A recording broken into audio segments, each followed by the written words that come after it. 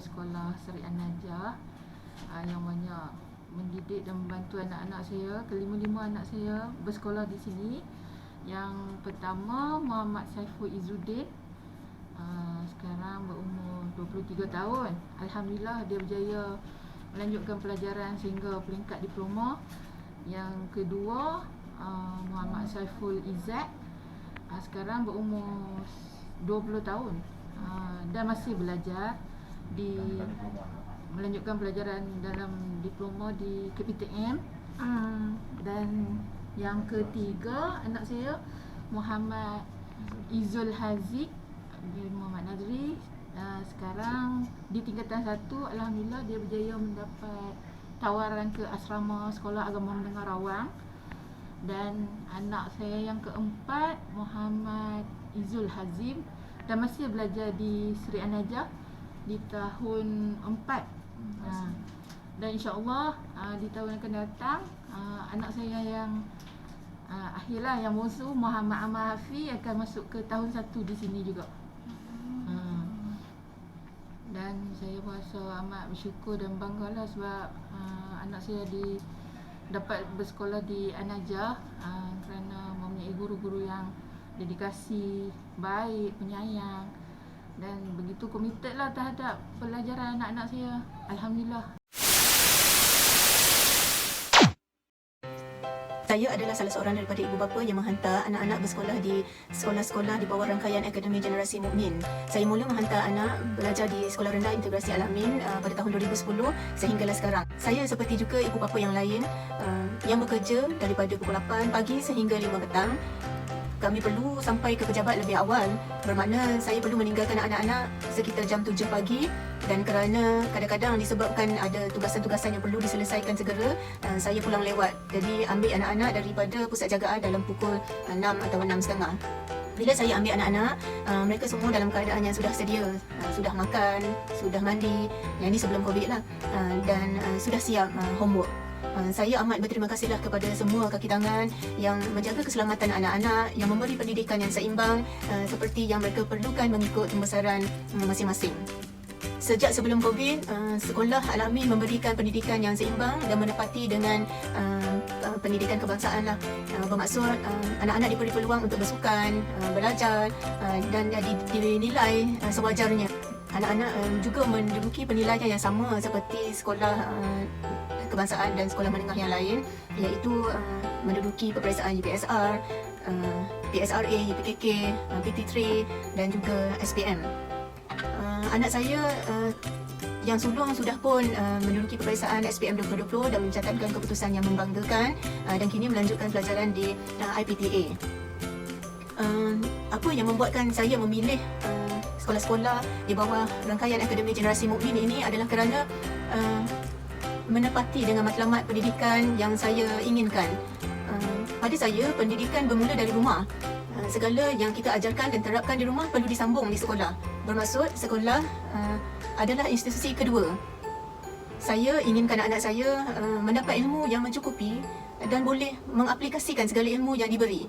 Sebagai contoh, bila anak-anak saya belajar tentang ilmu agama, sepatutnya pada akhlak mereka boleh dilihat hasil daripada pendidikan Islam itu. Didikan yang lain seperti solat, mengaji Al-Quran, saya telah terapkan di rumah dan Sekolah Al-Amin telah berjaya mengukuhkannya. Bila saya minta anak-anak saya menjadi imam dalam solat ataupun mengaji di rumah, mereka tidak keberatan. Mereka kelihatan yakin mereka boleh menjadi imam dan mengaji dengan yakin di rumah. Saya sebenarnya amat kagum dengan usaha dan komitmen yang diberikan oleh cikgu-cikgu daripada tadika sehinggalah ke sekolah menengah. Sejak berlakunya pandemik COVID-19 ini, anak-anak mula belajar online. Walaupun pada masa itu konsep PDPR belum lagi diperkenalkan oleh kerajaan, tapi guru-guru di Sekolah Al-Amin sudah pun memulakan langkah lebih awal dalam meningkatkan kemahiran mereka dan memberikan perkhidmatan yang terbaik. Semasa berlakunya PKP pada tahun 2020, anak saya berumur 4 tahun berada di pusat asuhan anak-anak yang mana cikgu-cikgu di pusat asuhan menyediakan kit pembelajaran bagi anak saya.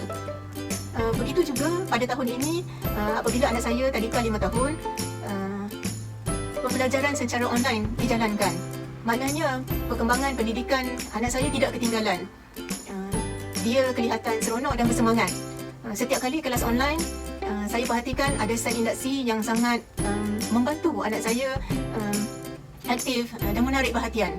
Saya sebenarnya yakin bahawa cikgu-cikgu yang bekerja di pusat asuhan, di tadika, sekolah rendah dan sekolah menengah Al-Amin adalah guru-guru yang kompeten dan dilatih dengan baik. Saya mengucapkan ribuan terima kasih kepada pihak Akademi Generasi Mukmin kerana memberi saya peluang untuk memberi maklum balas tentang perkembangan anak-anak, dan terima kasih kepada semua guru-guru yang memberi pendidikan yang baik kepada anak-anak yang memantau perkembangan mereka. Anak saya yang belajar di Sekolah Menengah Al-Amin mengikuti PDPR sama seperti pelajar-pelajar dari sekolah lain juga. Cikgu-cikgu amat komited dan menepati waktu dan sentiasa mengemaskini kehadiran pelajar setiap kali habis kelas. Perkara ini jarang saya dapati di sekolah-sekolah lain. Perkara ini memudahkan saya untuk memantau pelibatan anak-anak dalam PDP dan memantau perkembangan dan memantau pencapaian mereka dalam setiap subjek. Kadang-kadang bila saya cuti ataupun ada kesempatan, saya akan duduk bersama dengan anak-anak untuk mengikuti sesi PDP mereka. Saya dapati cikgu kebanyakannya bersedia dengan pelbagai material dan sesi PDP berlangsung dengan interaktif dan kreatif.